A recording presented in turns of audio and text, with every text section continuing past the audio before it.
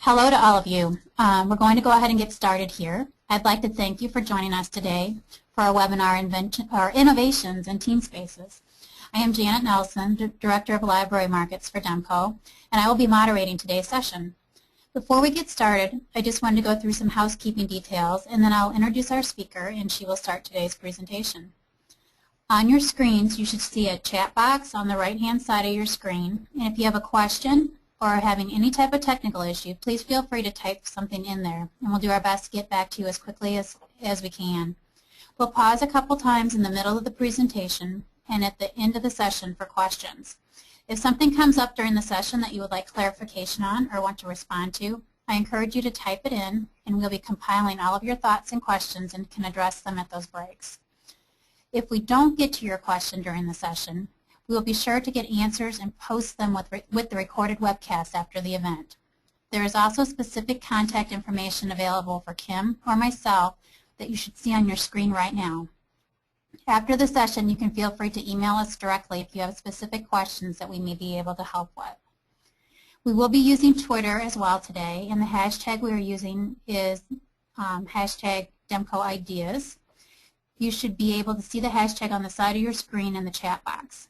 That feed will be monitored as well for questions and comments. Just for fun, before we get started, we'd like to do a quick poll regarding the status of your teen space. So in a moment you should see the question on the screen, and you can click on your answer and we'll get an idea of what everyone is currently doing with their teen spaces. And while we are tallying that, I'm going to go ahead and move on to introductions. As I mentioned, I'm Janet Nelson, the Director of Library Markets for Demco, and I'll be moderating today's session.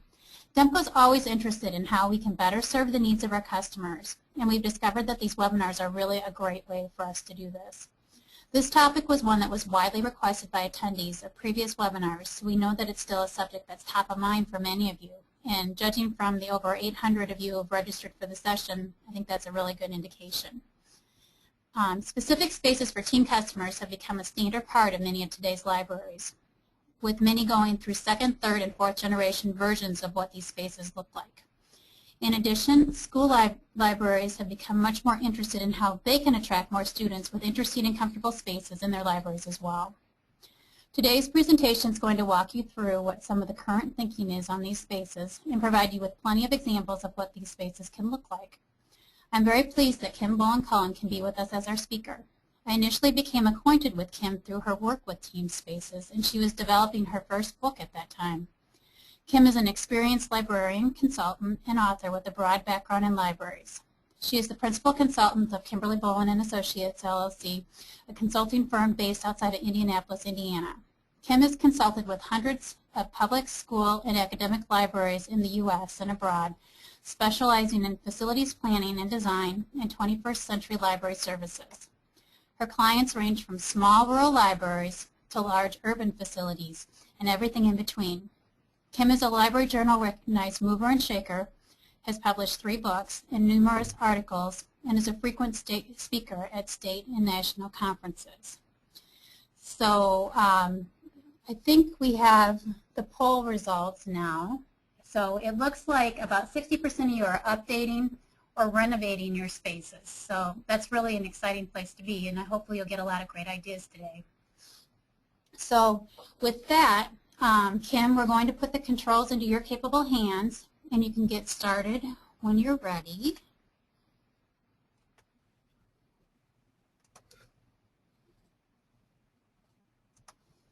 Okay, so you should see Kim's screen now, and we'll get rolling. Right? Let me just make sure we can get the screen going here.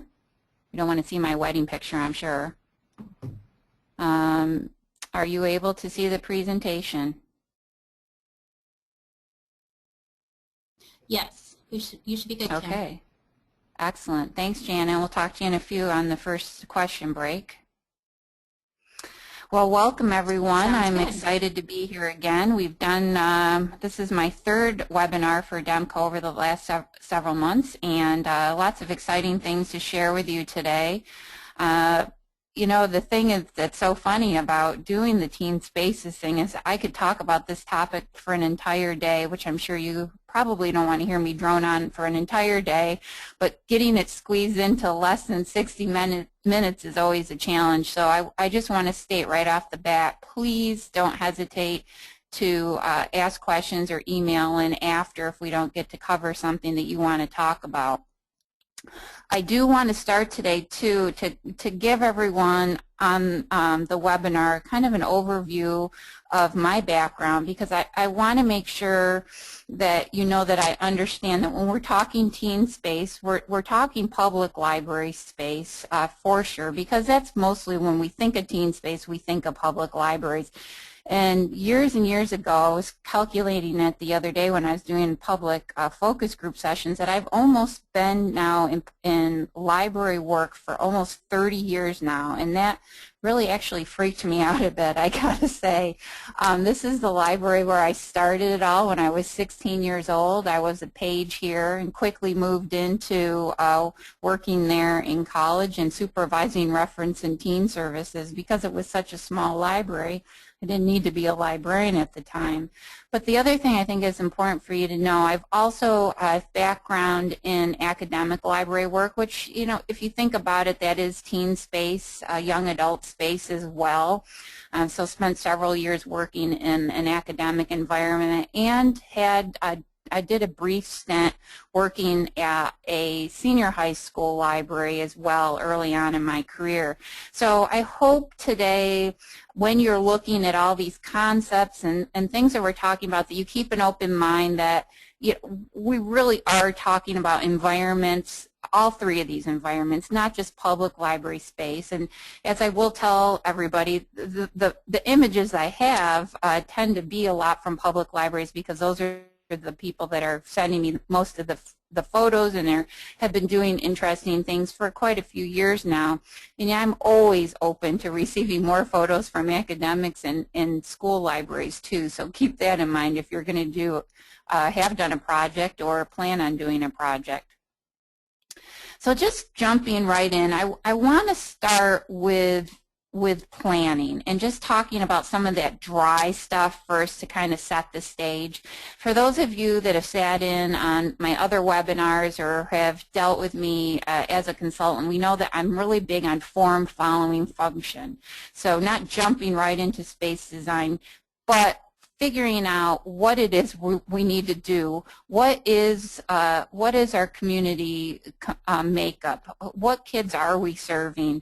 What kind of statistics do we have for collection use and general usage, program usage, and so on? So we're going to talk about that for a minute, and then we're going to move into the form because all that data really needs to drive what are your service priorities, whether you're small or large or school or public. What is it that is your priority for service, and then how do you make physical changes that really meet those needs, and then get into the design and understanding, okay, this is what we need to design, and then what are the resources we need? Can we afford to do all this at once? Do we need to get a grant? Do we need to get private funding? Which grant and private funding is really probably a big chunk of the money that I see when we're doing these kinds of space planning projects. But then oftentimes we have to phase and kind of figure out how are we going to allocate resources. So I just want to set kind of the stage for the planning process here. Also, just to, and people have probably seen this slide a number of times, but I think it's so important to be able to look at a snapshot of your community and how your children's population compares to your teen population and your adult population, and look at how that divides. Here we see that children 0 through 12 make up 18%, then the teen population 13 to 18 makes up 9% of the population, and so on and so forth. And as a really easy, quick exercise, you can look at your total existing square footage, like we see in the box on the right, and you can take those percentages, So for instance, the 9% of whatever your total square footage is, and what does that mean in total in terms of square footage? So what's 9% of your square footage?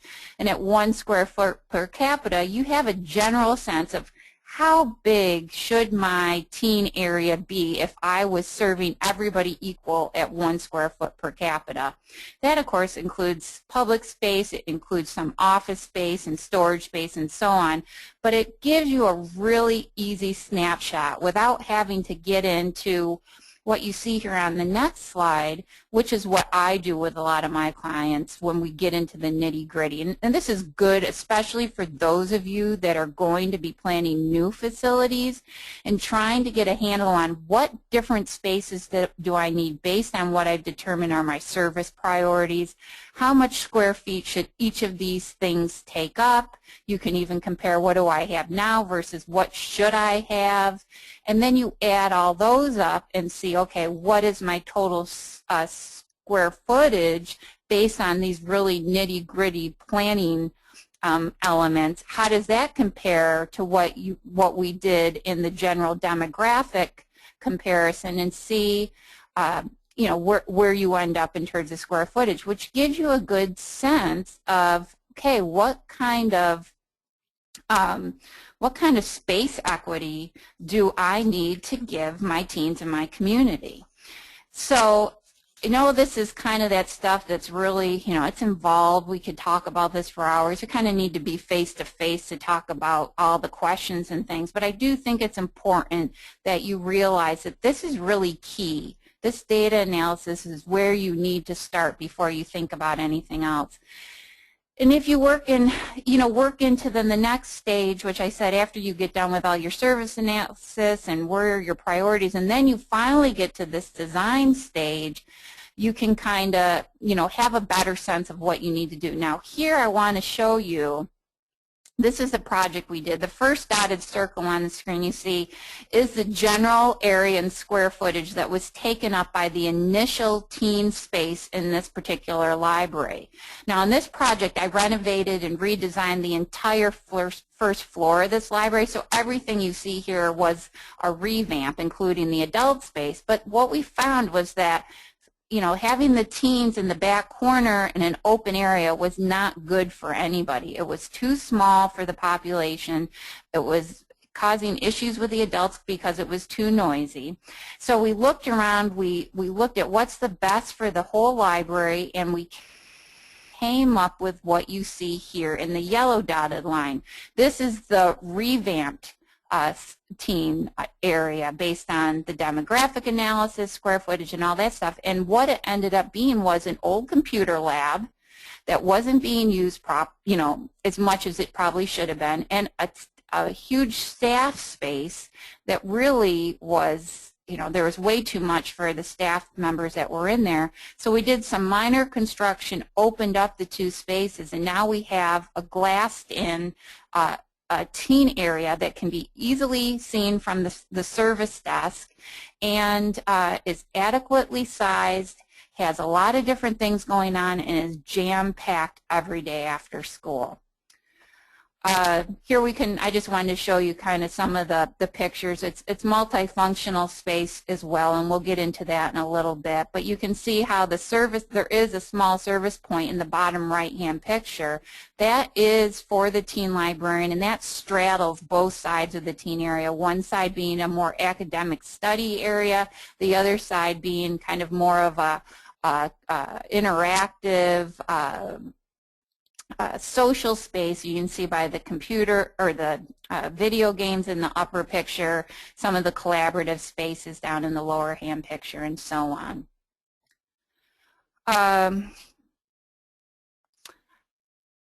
I wanted to bring this up too, and I know sometimes this is snoozeville for everybody, but this is another key analysis thing in addition to the demographics. It is collection analysis. And for those of you who know me and or have worked with me, I am huge on regularly doing collection analysis to see how is my collection performing, where do I need to weed, where do I need to stop spending money and reallocate money elsewhere, et cetera, et cetera. So here's just a quick snapshot of a study that I do. This is the format that I use with my clients. It essentially shows you first column, how many items do I have, second column, how much have they circulated, third column, what's the turnover rate, and it just allows you to see what's happening with the collection. And then all the things in green are basically what I then go in and I recommend, okay, this is what your collection size should be increased to or weeded down to based on activity and need and so on and so forth. So this is a pretty big deal. I've shared this kind of a simpler version of this analysis with Janet so she can pass that along to you guys after the webinar. But this might be something too that you might want to follow up with us about because it can get a little bit detailed. But if you do this, I say even every 6 months, definitely do it at the beginning of your project. Look at what you need for collection space, because right now, guaranteed, a lot of you probably have a lot of valuable real estate in your library being taken up by shelving with books that aren't circulating. And that is a big thing, especially for you small libraries who are struggling with where do we put stuff. We're packed to the gills. We don't, you know, we can't create spaces. Or school libraries where we need to do more collaboration space, but we have so much collection. And how do we transition that? Now, the other thing I want to talk to you guys about briefly before we get into the first question and answer period is multifunctional space. Okay, so once we get all this analysis done, we then go into service priorities. What do we need to do? Where are our priorities for our public library, school library, academic library? How do we divide up space? How many floors are we looking at? Do we have a multi-level teen space? Do we have a one-floor teen space? Is it tiny? You know, what is it? What do we want to focus on? And what would really be beneficial to our kids and to our mission? So here you just see a simple, what's called a bubble diagram. And it just lets you start playing around with different concepts and how you could lay out the space. So you see collection space, you see a collaborative computing space, you see, you know, just different areas for different purposes and how they could be tied together and be laid out and then moving into that next phase, which would be your floor plan phase. But this is a good tool too if you're working with a designer or an architect and you need to relay to them a visual concept, because they're visual people. We as librarians tend to be more verbal. So if you can at least translate it this way and start a process with them how you want to create the space and what you're thinking, this is an awesome, simple tool to put together. Now, when we talk multifunctional space as well as space equity, here's a few examples that kind of tie it all together. So here's another project that I worked on. Upper left-hand corner, it's just a couple shelves of teen area plopped in the middle of a children's room. You know, not a best practice at all. I mean, shelving isn't, I mean, the collection's there, but there's nothing else, and especially for teens, they don't want to be in a children's room. So after doing all the analysis, like we just talked about, looking at all the service priorities, we went and we transformed the lower level of their Carnegie building that was currently storage and some staff area. We made that into, with some minor construction, into a multifunctional teen space, which is what you see in the floor plan. We have an area on the left-hand side of the space that's more their active kind of social space. We have some collaboration, more study space on the right-hand side. And we have a small study room that can be used for digital creativity with a portable green screen. It has a whiteboard wall in it, so it can be used for small group studying, meetings. And again, you will see to the left of the meeting space, there is a staff point in there too, so that can be staffed at busy times when the kids are out of school and on weekends and what have you. So it shows you space equity, really understanding what the need was for this community, going from a corner to a multi-room space, and then also different functionality, multifunctional space, study space, collaboration space, meeting space, and collection space. So all of those things tied in. And I will tell you, this library, they've been open for quite a while now. I want to say it's been almost 2 years if I'm remembering correctly. But this space is very, very popular and continues to increase in use. So really excellent project example. And here we just see some of the images that I described to you. So you can, upper left hand corner, you can see the kind of more social furniture. There's whiteboard tables. There's a portable system for gaming and movies. You can see their collection is along the perimeter, as well as popular items out in the middle of the floor on mobile shelving units, whiteboard wall, so on and so forth. So really cool, interesting space. And here we see a middle school library project that I worked on, same thing, multifunctional. We have art, an art gallery. We have art in the stacks here too that they have incorporated on the bookshelves within the stacks. Soft seating, when you can put your feet up and read, talk. There's a kind of a cafe area where they can use their laptops that the school provides. There's another hardwired computer area. There's instruction area.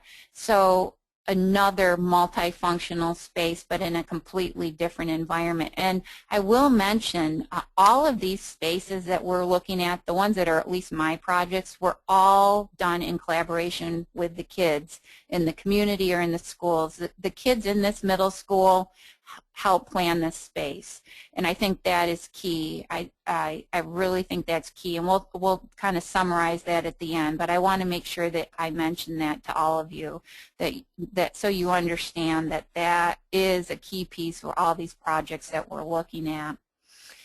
And then just a few more examples. Again, this is a urban library, a branch setting. Unfortunately, we didn't get as much space equity as we wanted. It's a little bit smaller than the community needed, but we took what we could get. So for those of you that are like, well, I don't have as much space, or I have less than what I really need, you can still make great multifunctional space. We have a gaming center in here with furniture that moves around. We have various booths along the window with sound domes, speaker systems above those so kids can listen to music. We have a study area, all the collection we fit in here. So it can be done even if you don't have your ideal situation. And here we're looking into that space. Also to mention, if as we go through, looking at all the decor of these spaces and how different they are. Some of them could even be translated as adult space. Kids, they're really creative, and they don't always ask for the same thing. So I think, you know, a lot of us think cookie cutter teen spaces. We have to have neon, we have to have horrible colors because that's what kids like. Well, you know, it really isn't about neon and bright, huge colors. I mean, this is a green wall, yes, but to me, I find that appealing. And they picked it. They picked the stuff here. They helped with this design. So all really interesting choices, all different choices that can really fit in with the aesthetic of your library and still be appealing to teenagers. And I want to, before we move on to the first set of questions, I want to just end in this slide. And it's one I found on the web the other day. It's not a project that I did, but I think it's an interesting space. It's an open space, fun. The walls are more neutral. It just has interesting things going on. And also within the small space that they have, it does show that you can kind of have a multifunctional space that can be adaptable space. You can move things around. I just really love the look and feel of this and wanted to show it to you. I'm going to have Janet come back on to see if there's any questions. I do have a few things out that I can address, but I want to see where the questions are so I don't get too far behind as we go through the presentation. So Janet, did you get any questions so far that I need to address? We do have a couple questions, and before we do those, we're going to launch another poll, and this poll is going to be regarding collection analysis. So everyone can take a look at that and answer, and we'll come back to that in just a minute. The first question was, how do you get the statistics for your demographic analysis? Okay, there's a couple places that I go. One is free, the U.S. Census Bureau. And I go to Quick Facts there, and Janet will be sharing the link to you with you for Quick Facts and the instructions for getting to the places that I go to gather the information. But really easy. It has a great breakdown by ages from under 5 up through 19, so you can break things out like I showed you on the slide. And the other thing is, if you're in a branch or in a more difficult environment where you need the demographics on the census aren't really helping you with your community, I've also used demographicreports.com. And that's another link we'll be sharing with you. So both between those two, everybody should be able to find what they need. Any other questions, Janet? Okay, just we had a little technical glitch there, but okay, another question that we have is when kids help plan the space, do they get parameters about the space? For example, do they get to choose from a limited list of chairs, tables, colors? How do you work that? Yeah, that's a great question because, yeah, I have the one school project that I showed you. Kids wanted a skateboard ramp in the library, and it was hysterical because it was a non-user. He actually was excited about helping plan the library even though he didn't use it. But, yeah, you kind of have to set some limits because obviously we're not going to be having skateboard ramps inside the library. But with furniture and things, I usually create a PowerPoint, and I go through using my different vendors that I know have good quality things that are interesting, like what we see in the picture here. Kind of go through, pick 3 or 4 items that are within, that are fun, that are exciting, but would be acceptable to be used in the library. And I usually do like a little worksheet with it, and we go through the PowerPoint and they check off, okay, what do you prefer, item A, B, C, D, and we label all the furniture, and they just check, okay, we like B, and then you can tally it. You can even have one of the kids tally them for you when you're all done, and you can just kind of get a sense of where they stand. But yeah, it's helpful because then you don't set up their expectations that they can get anything. A, maybe something you can't afford, or B, something that you look at it and you're just not going to be cool with that choice, and you don't want to have them go to all the effort and excitement of picking something, then they're just going to be denied what they've asked for. So yeah, definitely. And if you are interested, I can certainly share with Jan an example of the PowerPoints that I've done on projects so you can see how I would set it up, and then you can just paste in your own examples and go from there. Okay, that's great information, Kim. Very helpful. I'm going to save, we have a couple more questions, but I'm going to save them until our next break so that we can keep things moving here a little bit. And I just wanted to mention that it looks like this group pretty actively is doing detailed collection analysis. We had about 40% of the group that said yes, and about 60%. Amazing. I'm impressed by that. Really impressed. Okay, so we can go ahead and move on to the next section if you'd like, Kim. Okay, great. Thanks, Janet. Okay, next area, whoops, there's our question section, sorry. Moving on to balance, recreation, and education. This is huge because we already talked in the multifunctional space. We saw a lot of trying to balance recreation and education, or social and non-social functions, and trying to appeal to those things. And the oh, well, I just lost my PowerPoint. Oh, there we go. Now I'm having technical difficulties, but I'm back. At any rate, I think, you know, this whole balance is so important, and really that's what's going to draw in the most variety of kids, whether it's school or public or what have you. There needs to be space to accommodate a variety of activities. So here I just want to show you a fun project we worked on in Wisconsin several years ago. It's my one and only teen space that has a spiral staircase in it, which we never thought we were going to get approved for, but we did. We managed it, and the lower level that you see in both of these pictures, this was the original teen area that we modified. It was open to the adult computer area. It was very noisy. And people, you know, adults were complaining. The upper level above this was just this big storage area that just had a bunch of stuff in it that wasn't really being well utilized, had beautiful windows in it and had junk in it.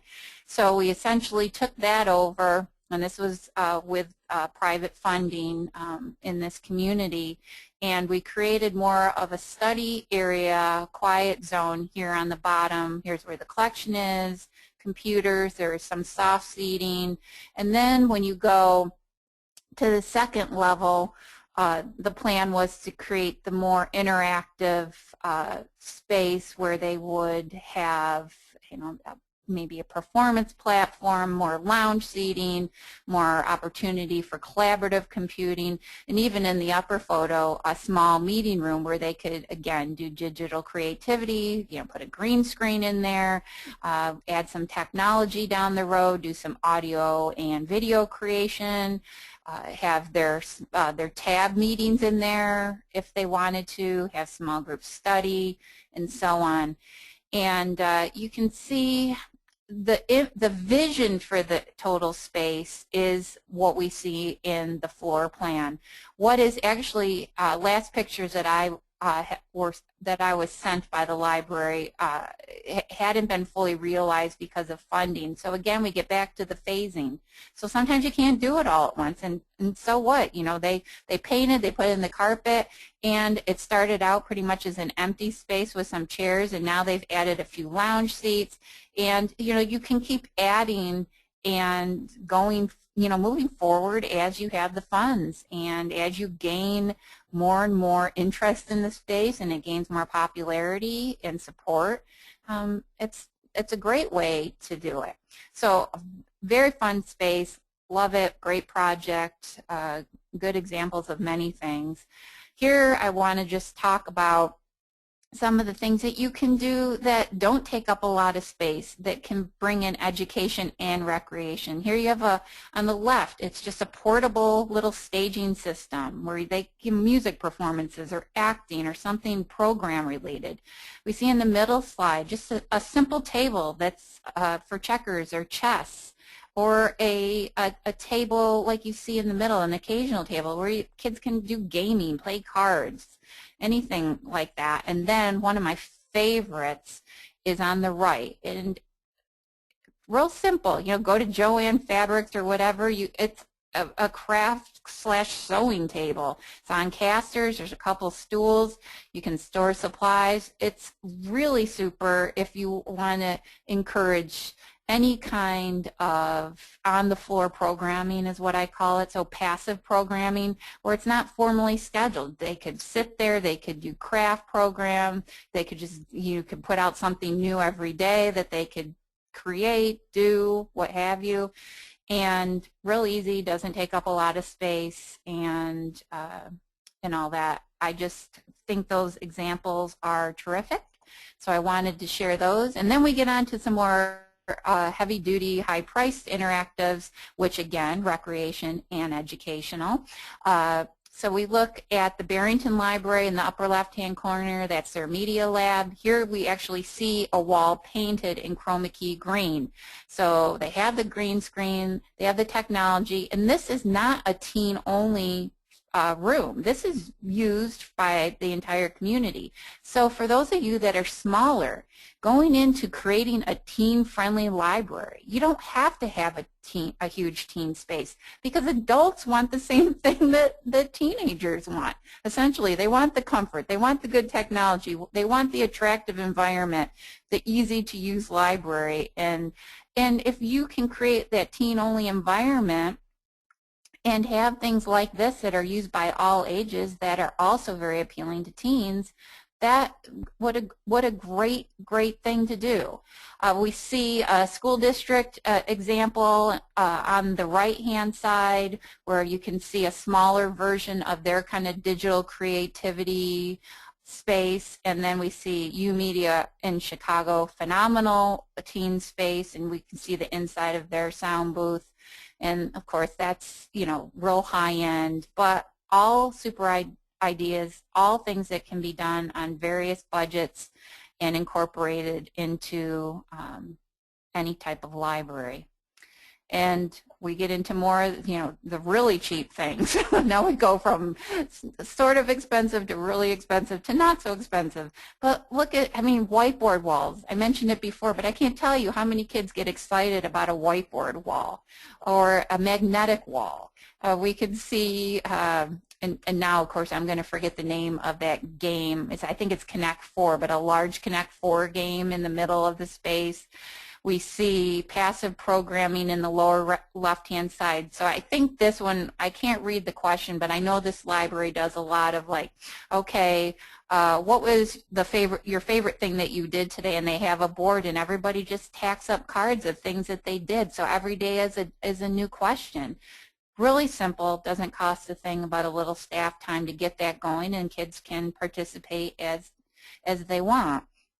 And then we get, again, to the more expensive stuff at the bottom with video gaming, the TV screens, you know, movie nights and all that stuff, and all the technology that goes with that.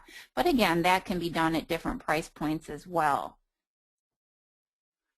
Now this is the cool stuff. I have to bring this up because I'm intrigued by this, and more people have contacted me recently about their interest level, but more of that kind of interactive technology where, you know, you see the boys in the upper left-hand corner, they're playing motion-activated soccer, motion-activated chess on the right. Great websites out there. I don't have a lot of time to talk about it, but still, if you have a facility where this could be something, if you're doing something new, you have a bigger facility, this might be something to include in the iplay.info link at the bottom. I just added that on the other day, and have a lot of really cool things, even for your children's areas, so definitely check those out. Okay, so onward to the next topic. We're going to talk about collaboration. And collaboration has been a key thing for a couple years now. Everybody's talking about it. We, you know, look at U-Media again. We see collaboration in a very casual sense. Kids just getting together on furniture. They're working on their laptops, you know, conversing about, you know, maybe schoolwork or something else, their Facebook page, whatever it is. But collaboration comes in many shapes and sizes, and essentially what I want you to think about is just making your space, whether it's a teen space or just your overall library, making it welcome to collaboration and working together, and not just being a quiet, shushing space. And we look at more formalized approaches to collaboration, which I love. I mean, and this can be done at many price points as well. You could do something a little bit more fixed and expensive, like the tech booths we see in the upper left-hand corner with the interactive screens at the end where you can plug in laptops and the people can just kind of work around one table together and share, and then we see something that's a little lower tech but still collaborative, a screening system at like the bottom right-hand corner where you can just sit together. You can study, you could tutoring. This is a great concept if you need space for tutors where kids don't feel that they're being stared at constantly and they have some sense of privacy. And there's so many screening systems out there right now, not just like the ones we see in this picture, but whiteboard wall systems that you can kind of put up, things that can be moved around that aren't permanent, I think are phenomenal solutions. And I want to say probably the image on the bottom right here is one of the most popular images I show when I talk to people about space planning. They love that concept of the semi-private space. Then, of course, if you have a little bit more room and a little bit more money, you can do this separate small group meeting room like we saw in a couple of the other examples previously with the whiteboard wall or what have you. You can extend some of the collaboration into technology. As we've seen, so many products out there on the market. We have the Mediascape product from Steelcase. We have T1 Visions that so many vendors now are incorporating into their furniture systems, like a Gotti is incorporating that into their furniture systems, and Binford. Sometimes, I mean, this can create the space all on its own. So you have the space and the technology and the seating and all that all in one shot. So great examples of options for collaboration space if you have the budget and you're kind of looking forward into the future. I'm throwing this up there. This has been a little controversial, whether people like it or not, and I'm not really sure what I think yet. I posted this on my blog a few days ago, but a friend showed this to me on a project a few weeks ago, and I was intrigued because I think iPads in libraries are phenomenal. I know many people that have been doing this in their children's spaces and their libraries in general for a while now, but I thought that incorporating it into the furniture was an interesting concept, but more of a fun slide. But I think more to point is just understanding that you need to look outside of just standard hardwired computers that we've always looked at. Look at different technologies and how you can incorporate them in. And things like this are space savers, and they can be locked down so they're not stolen. I mean, even circulating laptops, which have been, libraries have been doing for years now. So think about options to that when you're thinking about flexibility, how to keep that space flexible into the future when you're limited potentially on space. All of those are important things to keep in mind. So now we've covered what we, as I go back here and look through my notes, recreation and education, and we talked about collaboration, and and I guess that's where we are now after collaboration. So we've got a couple topics that if anyone has a question on either of those, be happy to try to answer some here before we move on to our next topics, which we're going to talk a little bit about flexibility, and then we should be about wrapped up. So Janet, any more questions? We do. We have a lot of questions coming in. Ooh. So just so everyone knows, we will not be able to most likely get to all of them before we finish the session today, but we will have a full Q&A log that will be available probably midweek next week. Yeah, that should be good. I should be able to look at those and go through those with you early next week. So just so you know, if your question's not getting answered, we are still going to answer it. So keep that in mind. So we are going to do one more poll before we go into the rest of the questions. So this one would be, which of the following would you consider adding to your library space? So just trying to get an idea of how people are feeling about some of the different options. Now, some of the questions, Small space obviously is a big question on the top of mind for people. Small Yes, space, okay. small library, on a Yeah. budget, Hmm. and then also the noise control issue that goes along with that. So could you Yeah. just speak to that for a moment? Well, let's talk about small space first. So let's go back to what I said. And it depends. I mean, if we're talking small space public library, which I'm guessing, because usually if you have a small school library, you still have a decent amount of space to do things with if you plan it properly. So I don't know if they mentioned what library they were in, but I'm just going to make an assumption here and talk about small space for public library. So let's go back to that brief comment that I made about keeping your entire library teen friendly.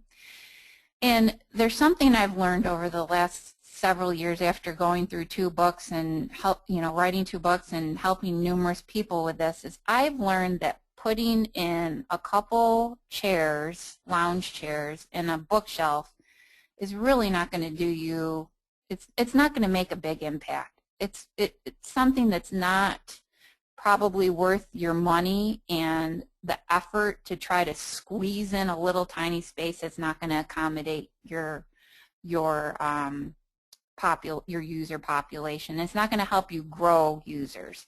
So what I've been encouraging people to do, and I'm working with a library right now where we're doing it, we're making their library teen friendly because as I said, adults want the same thing. They want comfort. They want something that's attractive and warm and inviting. They want the technology. Even the interactives, a lot of the things with the digital creativity and even having the whiteboard partitions, those simple things are used by multiple people of different ages. So that being said, if you only think you can carve out a little corner, I would just focus on how do I make my library as a whole teen friendly. And take these concepts and look at them in relationship to adults and what adults want too. Because I'm telling you right now, when I talk to adults in focus groups and I talk to teens in focus groups, they're all saying they want the same thing.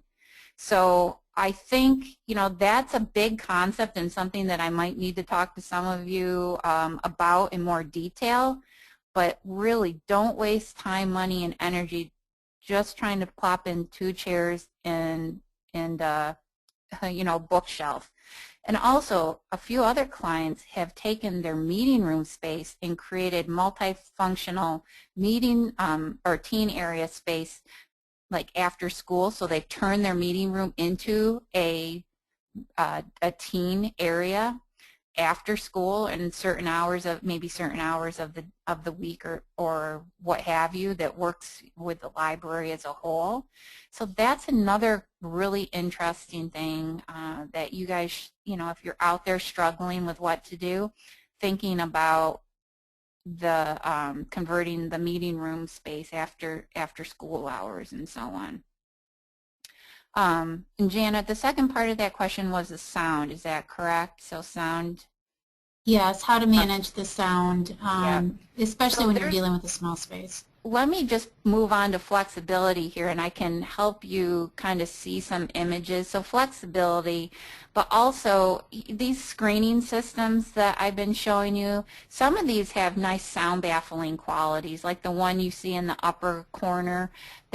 Even though it doesn't seem like much, it still can help. And by carpeting the space and having seating in there that can absorb sound, some of that stuff is going to be very helpful.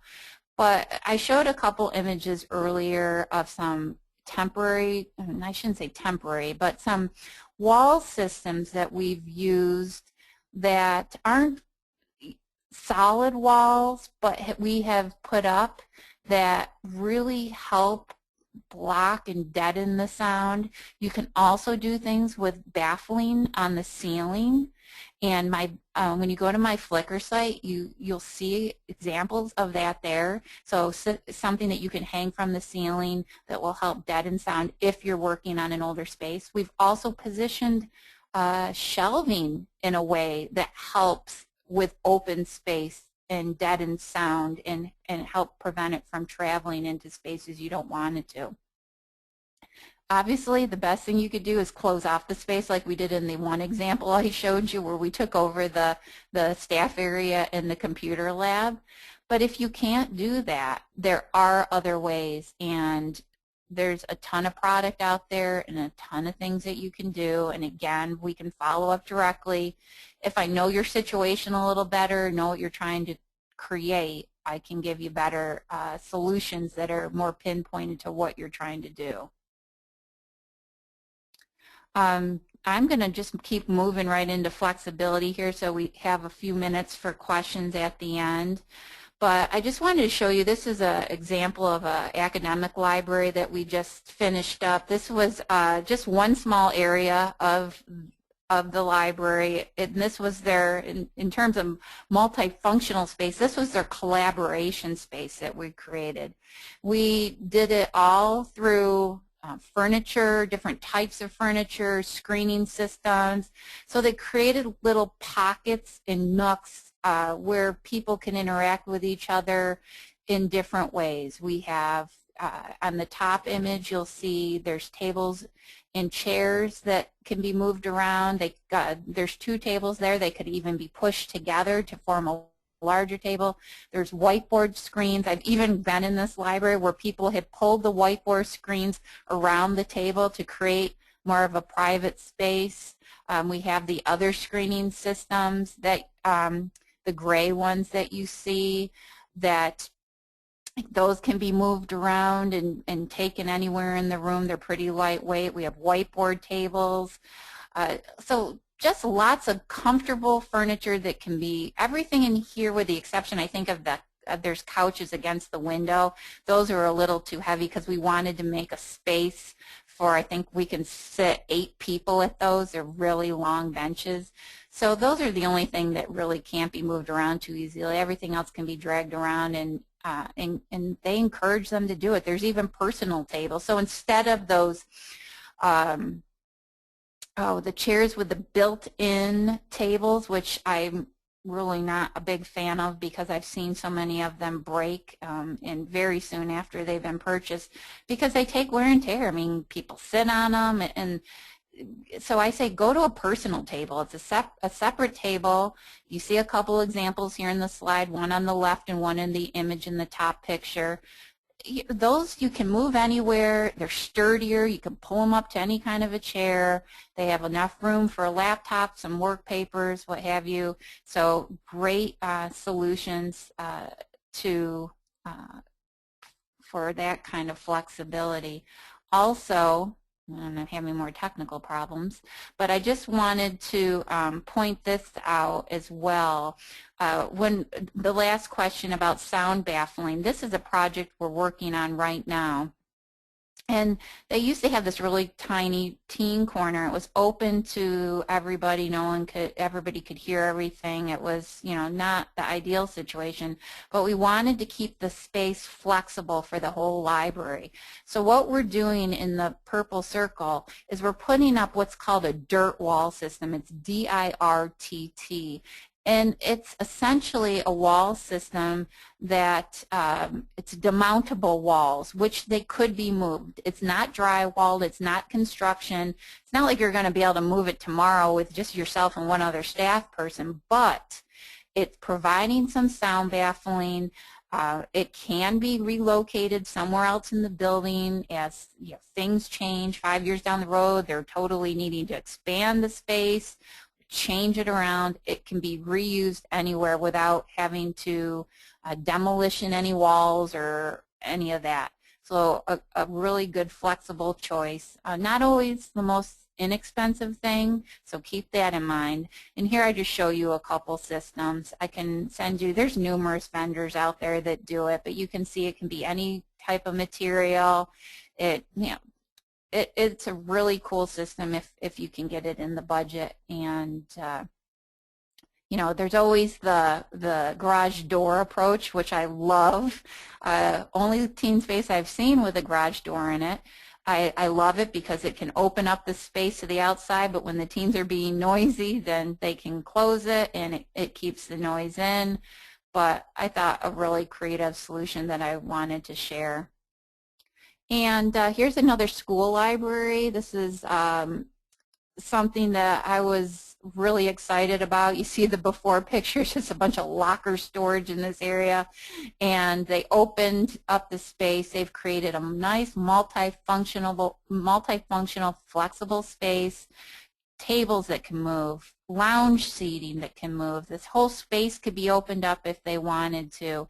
Not a lot of things that are permanent here, with the exception of the wall where the computers are. But again, that could, that counter could be a study counter in the future, or it could become a laptop counter. It doesn't necessarily have to have hardwired computers on it. So it's powered, so it has maximum flexibility for whatever technology comes or whatever it needs to serve as. But a really cool space that was done on a decent, a fairly small budget, conservative budget, and I think they did a wonderful job on it. Other things in flexibility sometimes we don't think about that I just wanted to kind of bring to your attention. I mean, even artwork.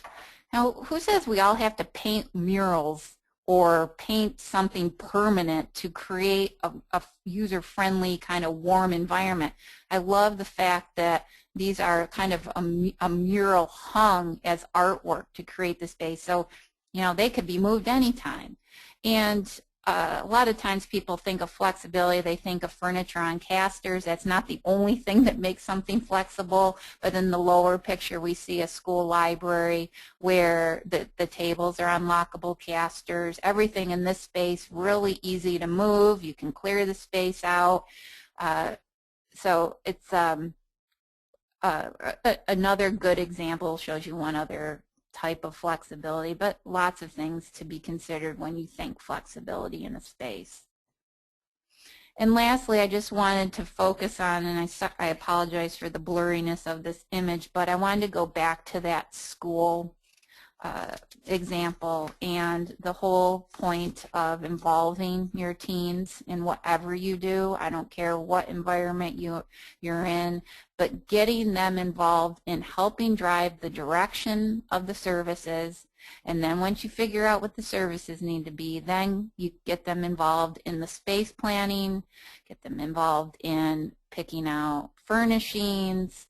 And the school here that I'm showing, I mean, the title that we see on the slide, "Oh my gosh, they listen," that was the title of in their school newspaper of an article that this girl wrote after they opened the school library, because they could not believe that the adult actually asked them and listened to them in designing their school library.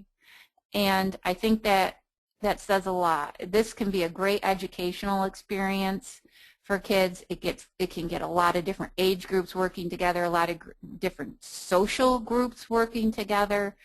It is a wonderful experience, and I think that you will never regret involving them and actively involving them throughout the process.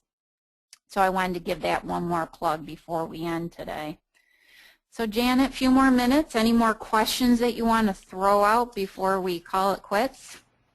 Yeah, I'm just going to give you one more question before we wrap up. And this one has to do, actually there's a couple of different people asking this in a few different ways, but how do you keep the adults or the homeless population or the separation between tween and teens, how do you maintain the teen area as a space for teens? Okay, well, there's a couple different things going on in there. So if you sat in on my children's space presentation, you'll know how you effectively take care of tweens. And what I consider a tween is anyone 9 through 12 years old, and that can be effectively handled in designing a good 21st century children's space. In regard to homeless and adults, if you have a separate teen area and you have concerns about, I guess, creepy people or just, I don't know, just safety and security issues, I do have clients that have teen-only areas. And that usually is for a safety and security reason. So you can't go in the space unless you're accompanied by a teenager, or And usually staff people go in and get the collections for people. Someone needs something, a collection item out of the teen area. So, I mean, it's a pretty complicated thing. I guess those are my simplest two answers in regards to the different types of groups. But not everybody does teen-only areas too. I guess it just depends in regard to homeless and adult people, that is. I mean, how big of a security issue is it? And, you know, a lot of clients also open up the computers to adults during the day when the kids are in school. So if you have computers in a teen area, they let the adults use them, and then at a certain time it becomes teen-only space. Thanks for that insight, Kim. That's really helpful as a way to handle that. Okay, we are running out of time, so we're going to go ahead and wrap things up now. Kim, thank you so much for your insight and for sharing some of the tips on things that we can do with teen spaces to better meet the needs of this diverse group of customers. We hope that everyone was able to take away a few things to try in your libraries, and there was some great discussion today, and we appreciate you all sharing your time with us. You'll be receiving an email follow-up to this presentation in a couple of days, and that email will include a link to this webcast. So if you missed something or just wanted to review it, you can go back and refresh yourself on some of these topics or share it with your colleagues. We'll also get any unanswered questions documented and get those answers out to you. There were some resources that Kim discussed. Those will be available as well. So you can look for that next week. In addition, the first email that you receive will include a survey to let you know how we did today. Please take a moment to fill that out. We'd love your feedback so that we can make these sessions even better in the future. Feel free to comment on other topics that you would like more information on or speakers that you'd like to hear from so we can consider building those into our schedule going forward. We've received some really great feedback from our previous webinars, and we're hoping to use that in our future programming. So again, thank you for joining us today. We do have additional webinars coming up on April 10th. Pam Schiller and Sue McLeaf-Nispeka will be presenting 7 Days, 7 Ways, integrating early literacy into daily routines. This program will focus on implementing a successful early literacy outreach program. Then Kathy Hakala-Oskirk will be back on May 15th presenting Marketing for Everyone. This program will discuss how everyone in your library can contribute to the marketing effort in your library, making it more user-friendly and increasing the impact of your programs and services. So you can go to the Demco website to register for these programs, and we hope that you will consider joining us. Additional webinars will be announced as the schedule develops. So again, so glad you joined us today and hope you have a wonderful afternoon. Thank you.